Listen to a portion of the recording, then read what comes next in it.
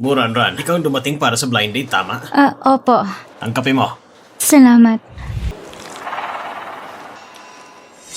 Ang blind date na ito ay kagusto ng mga nakatanda sa bahay. Kagagraduate ko lang ngayong taon. Sa ngayon, wala pa akong balak magpakasal. Kaya pasensya na. Nasayang ko ang oras mo. Alis na muna ako.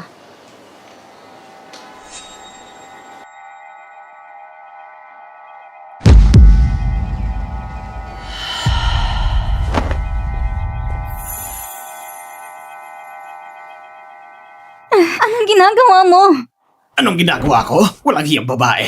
Nagpapakabirhen ka pa. Yung tiyuhin at tiyahin mo, humihingi na ng 300,000 dote. Sinusubukan ko lang munang paninda. Anong masama ron, ha? Lumayo ka. Tumino ka nga!